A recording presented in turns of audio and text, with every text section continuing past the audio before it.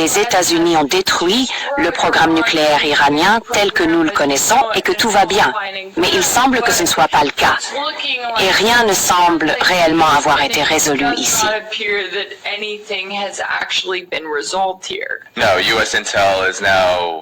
Non. Les services de renseignement américains procèdent désormais à des fuites contrôlées vers les médias occidentaux, CNN et consorts, en affirmant qu'il n'y a pas eu de destruction du programme nucléaire iranien. Et il s'agit d'un programme nucléaire civil. Il est important que les gens le comprennent. Mais cela peut avoir deux objectifs. D'une part, ils pourraient vouloir donner l'impression que l'administration Trump est plus faible qu'elle ne le prétend. Et il est probable que ce soit entièrement vrai. Beaucoup affirment qu'il est très probable qu'aucune frappe américaine ne puisse détruire Fordow. Et bien sûr, cela fait longtemps que je dis dans mon émission que la puissance militaire américaine n'est plus vraiment ce qu'elle était. Donc, le fait que ces sites nucléaires ne soient pas détruits n'a rien de surprenant.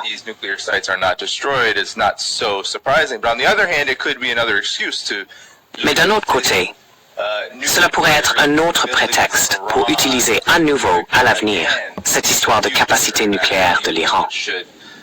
Et je pense que les gens doivent comprendre que cela pourrait très bien être le cas, étant donné que l'Iran n'abandonnera pas son programme nucléaire civil. Il n'abandonnera pas son droit à l'enrichissement. C'est une ligne rouge pour l'Iran. Et donc, ce prétexte absurde et fallacieux pour intensifier la guerre avec l'Iran va perdurer. En ce qui concerne le cessez-le-feu, je ne ressens pas la même inquiétude.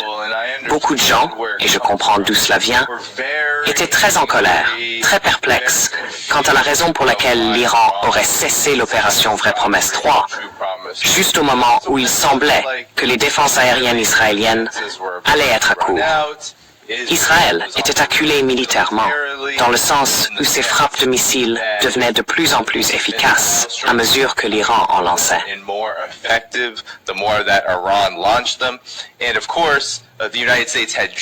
Et bien sûr, les États-Unis venaient de frapper l'Iran pour défendre Israël, et bien sûr aussi pour leurs propres objectifs visant à préparer une guerre contre ce pays. Il y avait donc beaucoup de confusion et de colère parmi ceux qui, d'une part, veulent voir cesser le génocide à Gaza et souhaitent que le régime israélien soit remis à sa place. Et bien sûr, ils veulent une défense totale contre les intérêts et l'ingérence des États-Unis dans la région. Et je comprends tout cela. Mais je pense qu'il faut aussi comprendre que l'Iran ne cherchait pas la guerre au départ. L'Iran ne voulait pas mener une guerre longue et prolongée, qui inévitablement créerait et provoquerait encore plus de chaos dans toute la région qu'il n'en existe déjà. C'est donc une position difficile pour l'Iran, car d'un côté, il a probablement les capacités de continuer à combattre Israël et à tenir tête aux États-Unis.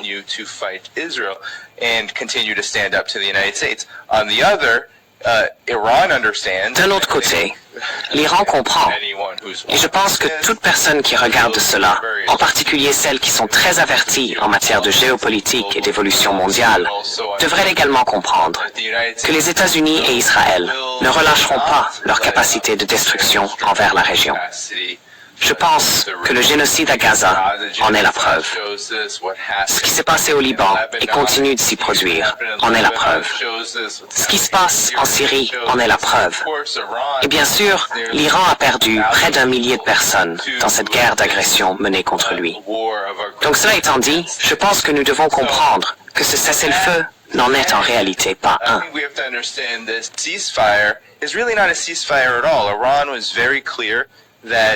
L'Iran a été très clair.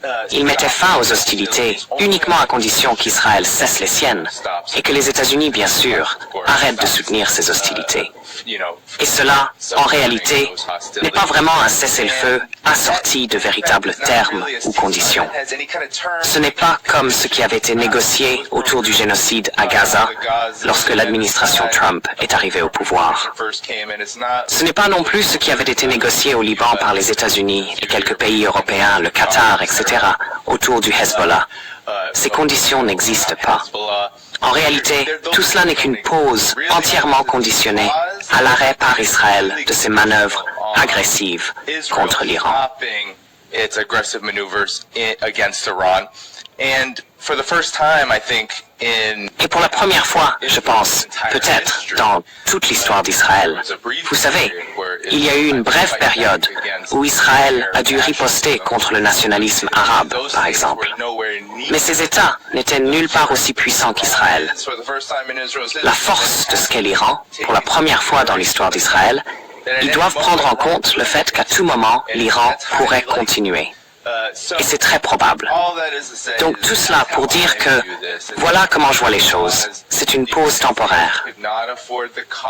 Les États-Unis ne pouvaient pas se permettre les coûts qu'entraînerait une guerre totale avec l'Iran, que ce soit la fermeture du détroit d'Ormuz ou simplement une campagne militaire qui détruirait complètement la réputation de Donald Trump en tant que ce que je considère comme un faux agent de la paix, le soi-disant président de la paix. Agent of peace, the so-called peace president. Just after the ceasefire, he posted that. Juste après le cessez-le-feu, il a publié cette reprise horrible de la chanson des Beach Boys sur l'air de Bomb Bomb Iran, en hommage à son cher ami John McCain, qu'il avait fait lors de la campagne de 2007, de façon à la fois affreuse et risible, si quelqu'un tombe sur cette vidéo. Mais tout cela, pour moi, signifie qu'il y a beaucoup d'éléments ici, de nombreux facteurs à prendre en compte pour comprendre pourquoi les hostilités ont, pour l'instant, été réduites et qu'il y a eu une cessation des combats. Mais en même temps, cette guerre est loin d'être terminée. L'Iran sait qu'il s'agit d'une guerre de longue haleine. Les Iraniens célèbrent parce qu'ils considèrent cela comme une victoire dans cette guerre prolongée, mais certainement pas comme sa fin. Voilà donc comment j'interprète ce cessez-le-feu à ce stade.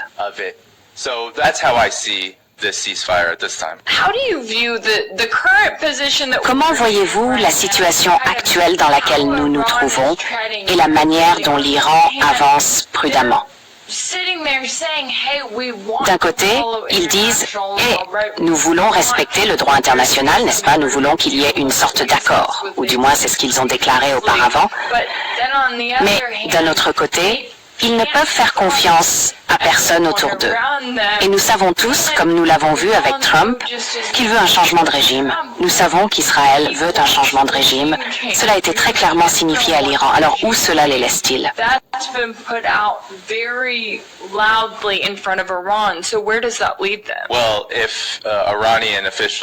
Eh bien, si les responsables et dirigeants iraniens regardaient la vidéo que Donald Trump a publiée, une reprise de la chanson des Beach Boys sur l'air de Bomb Bomb Iran, l'un des couplets dit « Mettre l'ayatollah dans une boîte ».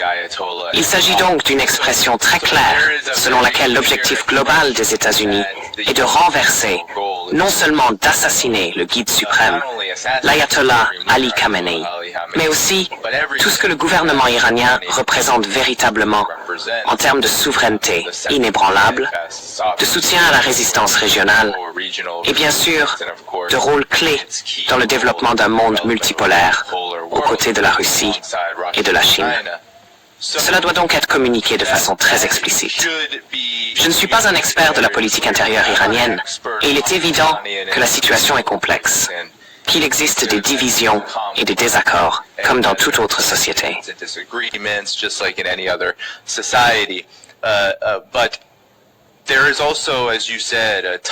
Mais il y a aussi, comme vous l'avez dit, une ligne de crête à suivre pour l'Iran.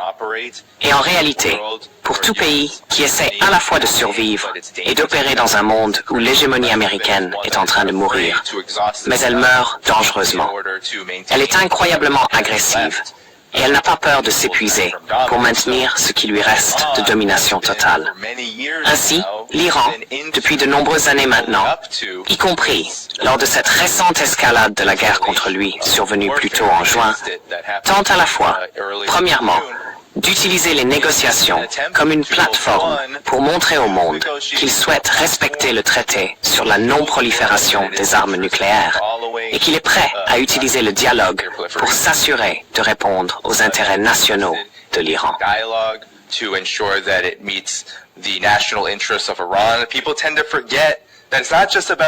Les gens ont tendance à oublier qu'il ne s'agit pas seulement de négocier ou de faire confiance aux États-Unis. Il s'agit du fait que l'Iran est soumis à de lourdes sanctions américaines et que s'il peut obtenir le moindre levier pour mettre fin à ces sanctions, indépendamment de la question de la confiance, cela crée un précédent politique utile à l'Iran, même si ce n'est que temporaire. Cela donne du temps à l'Iran, comme nous l'avons vu lors de l'opération Vraie Promesse 3, pour développer les capacités nécessaires à sa défense si les choses tournent mal. Ainsi, une grande partie de ce que l'Iran cherche à faire consiste à gagner du temps, non seulement pour survivre, mais aussi pour se développer davantage, afin que, lorsque des actes d'agression, comme ceux observés lors de la soi-disant guerre des 12 jours se produisent, ils soient capables de résister à la tempête. It is capable of weathering the storm.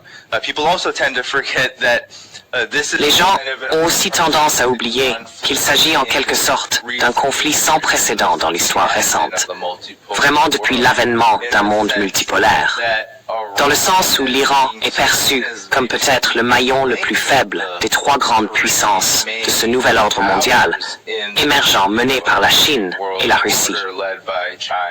Alors que l'Occident considère l'Iran comme le maillon faible, l'Iran vient de montrer qu'il est en réalité assez fort et qu'il est capable de résister à ce qui a été un acte d'agression sans précédent, ayant commencé à l'intérieur même de l'Iran.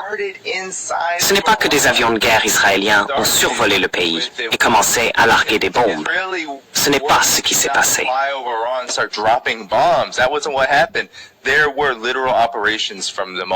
Il y a eu des opérations concrètes menées par le Mossad et les États-Unis, préparées depuis de nombreuses années pour saboter les capacités défensives de l'Iran.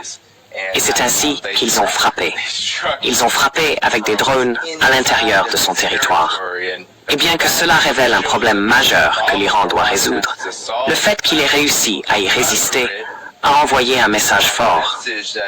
Ces tactiques ne mèneront pas nécessairement à un changement de régime. L'Iran considère donc cela bien sûr comme une victoire, mais probablement une victoire temporaire. Une victoire qui exigera, bien entendu, et comme l'a dit Prozeshkin, malgré toutes les critiques à son encontre dans son discours au peuple iranien, nous devons examiner ce qui a bien fonctionné et ce qui a mal fonctionné.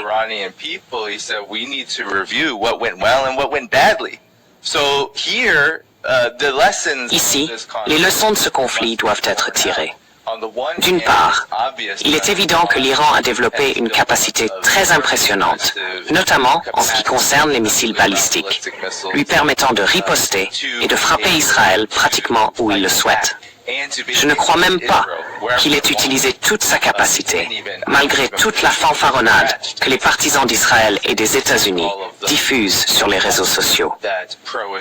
L'Iran a déclaré qu'il n'avait même pas puisé dans ce qui constitue réellement son arsenal prêt pour la guerre. Nous n'avons donc pas vu toute l'étendue de ses capacités. Mais en même temps, je pense qu'il y a de nombreuses leçons à tirer. Par exemple, le fait que les défenses aériennes de l'Iran sont, pour un pays de son envergure, de son niveau de développement, compte tenu de ce qu'il a traversé, impressionnantes.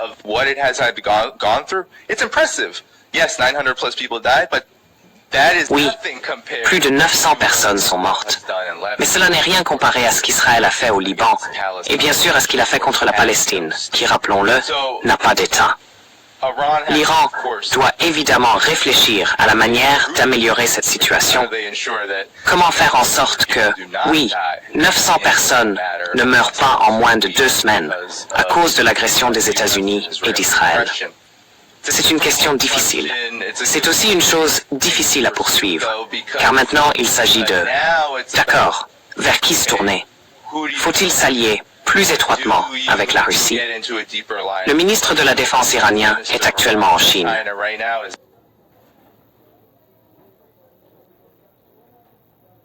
Est-ce cela qu'il discute?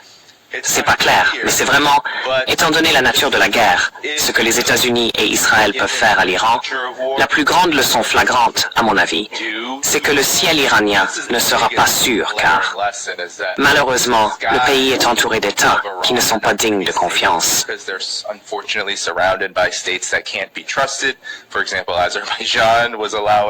Par exemple, l'Azerbaïdjan permettait à Israël d'utiliser son espace aérien. L'Irak, bien sûr, malgré la résistance qui est fortement alignée avec l'Iran, a un système politique qui n'est pas assez fort ou capable pour affirmer sa souveraineté face à Israël. Ils utilisaient donc l'espace aérien irakien pour frapper l'ouest de l'Iran. Je suis certain que cela fait partie des calculs pour savoir comment se regrouper maintenant, sachant que, bien sûr, les États-Unis et Israël vont eux aussi se réorganiser, et qu'à un moment donné, lorsque ce sera politiquement opportun, cela refera surface. Et la manière dont cela réapparaîtra pourrait être encore plus dangereuse, encore plus violente et brutale que ce que nous avons vu ici.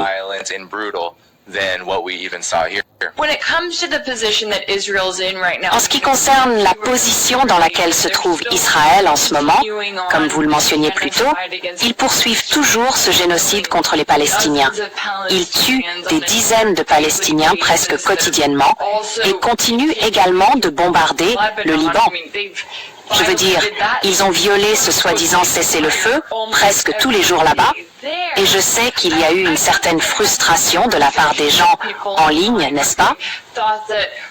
Ils pensaient que l'Iran aurait dû dire « D'accord, nous aurons un cessez-le-feu, mais vous devez d'abord arrêter de bombarder Gaza ».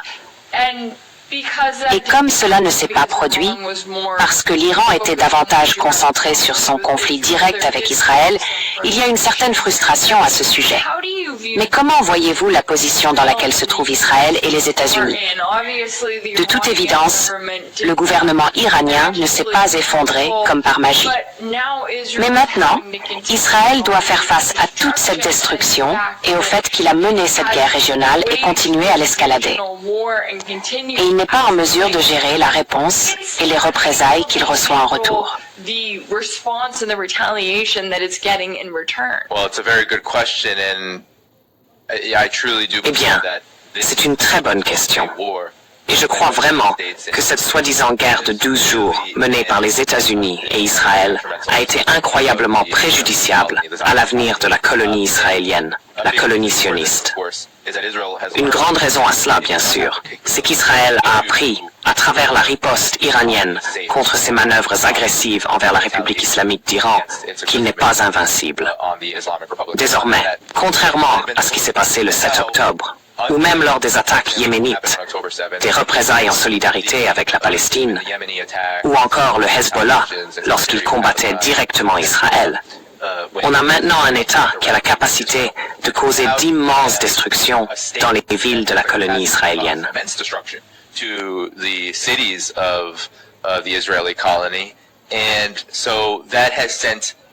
Et cela a donc envoyé un message direct. On est bien au-delà du psychologique désormais.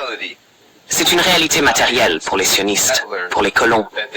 Ils ne sont en fait pas en sécurité. Ce n'est pas simplement un missile hypersonique yéménite qui atterrit près de l'aéroport Ben Gurion et provoque toute la panique et les sirènes.